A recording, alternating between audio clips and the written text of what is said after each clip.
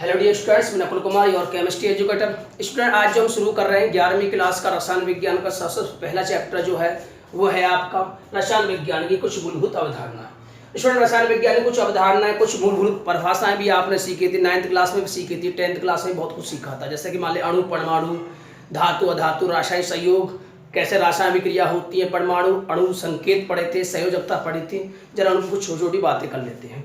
रसायन विज्ञान की कुछ मूलभूत अवधारणा समझ ले। पहले सबसे पहले रसायन विज्ञान की परिभाषा के बारे में समझना होगा। इसमें रसायन विज्ञान की वह शाखा होती है जिसके अंदर पदार्थों के गुणों, रासायनिक क्रियाओं या उनके संगठक या उनकी संरचनाओं के बारे में भी हम अध्ययन करते हैं, उस रसायन विज्ञान में पढ़ते हैं। मैंने क्या बोला कि रसायन विज्ञान की वह शाखा कि जो पदार्थों के कणों, संगठक कणों की संरचना व पदार्थों की संरचना, रासायनिक क्रियाओं का अध्ययन करते हैं जिसके अंतर्गत हम। तो स्टूडेंट, रसायन विज्ञान में सबसे पहले हम रसायन विज्ञान की परिभाषा जान चुके हैं, पहले भी सीख चुके हैं आप। तो स्टूडेंट, हम जानते हैं कि पूरा जो संपूर्ण ब्रह्मांड जो होता है वो दो चीजों से मिलकर बना होता है। नंबर 1 द्रव्य और नंबर 2, मैंने क्या बोला, नंबर 1 द्रव्य, नंबर 2 ऊर्जा। स्टूडेंट, द्रव्य जो है, द्रव्य मतलब पदार्थ जिसमें आयतन हो, जिसमें द्रव्यमान होता है, जो जगह घेरता है, वो क्या होता है, पदार्थ होता है, द्रव्य होता है। क्लियर? मैंने क्या कहा कि संपूर्ण ब्रह्मांड दो चीजों से मिलकर बना होता है, द्रव्य व ऊर्जा। तो स्टूडेंट, द्रव्य जो है हम यहाँ पर डिफाइन करते हैं, द्रव्य कई प्रकार से डिफाइन करते हैं, चलो उनके बारे में समझेंगे। स्टूडेंट, द्रव्य जो है वो अति सूक्ष्म अविभाजित कणों से मिलकर बना होता है, जिन्हें हम परमाणु कहते हैं। कि मैंने क्या कहा कि द्रव्य जो है, प्रत्येक पदार्थ जो है अति सूक्ष्म अविभाजित कणों से मिलकर बना होता है, उन्हें क्या कहते हैं, हम परमाणु कहते हैं। क्लियर? आपने परमाणु के बारे में पहले भी जाना था और अणु के बारे में और भी सीखा था। स्टूडेंट, द्रव्य जो है वो दो प्रकार से डिफाइन करते हैं, भौतिक गुणों के आधार पर और रासायनिक गुणों के आधार पर, जो कि 9th क्लास में पढ़ चुके हो, ये भी पढ़ चुके हो। फिर उनकी बातें कर लेते हैं, फिर आगे चलते हैं। स्टूडेंट, रसायन विज्ञान में जो द्रव्य है दो प्रकार से परिभाषित करते हैं, भौतिक गुणों के आधार पर और रासायनिक गुणों के आधार पर। क्लियर?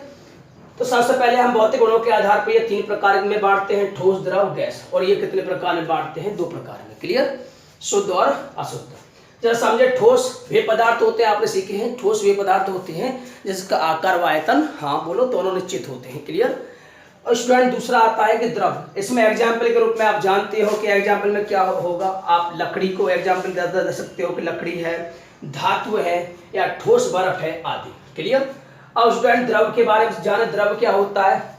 द्रव जिसका आकार तो निश्चित नहीं होता लेकिन आयतन निश्चित होता है। मैंने क्या कहा, वे पदार्थ या वे द्रव्य जिसका आयतन तो निश्चित होता है परंतु आकार नहीं। ये जिस बर्तन में भरे जाते हैं उसका क्या कर लेते हैं, आकार ग्रहण कर लेते हैं। क्लियर? मैंने क्या कहा, वे पदार्थ जिसका आकार तो निश्चित नहीं होता लेकिन आयतन निश्चित होता है। समझ में आ रही बात? तो स्टूडेंट, इसके जो एग्जाम्पल हैं, इसके एग्जाम्पल आप दूध कह सकते हो, तेल कह सकते हो, इसके बहुत सारे एग्जाम्पल आप ले सकते हो, छोटी छोटी परिभाषा है।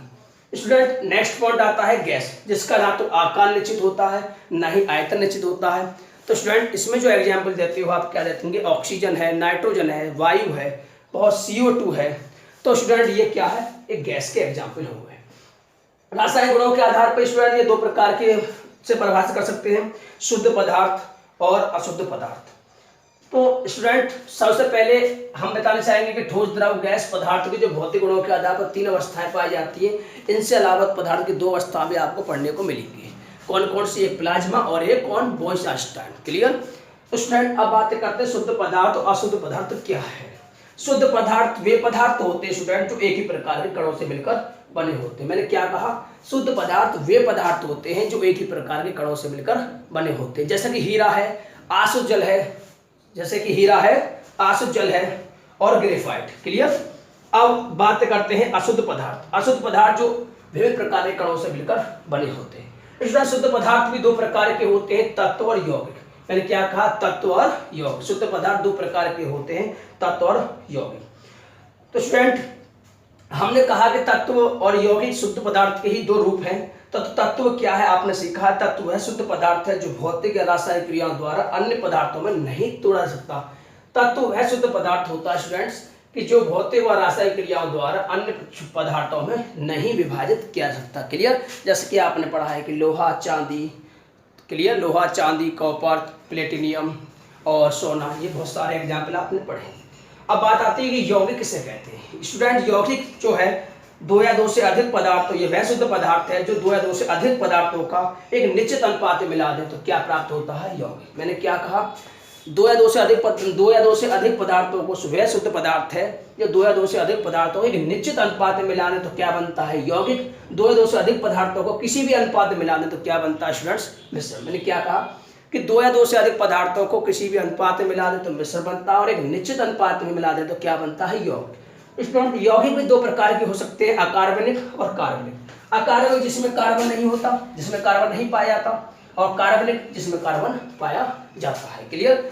मैंने क्या कहा, अकार्बनिक जिनमें कार्बन नहीं पाया जाता, और कार्बनिक जिसमें कार्बन पाया जाता है। जैसे कि इसमें एग्जांपल दे सकते हो आप H2O, NaCl दे सकते हो। क्लियर। और भी बहुत सारे एग्जांपल, अमोनिया है, NH3 है, एक्सेट्रा। इसमें आप बातें करते हैं कार्बनिक के एग्जांपल जिसमें कार्बन पाया जाता है, जैसे कि मान लिया आपने C12H12O11, या आपने यूरिया ले लिया, बेंजीन ले ली, मेथेन ले लिया, सब में क्या है, कार्बन है। क्लियर।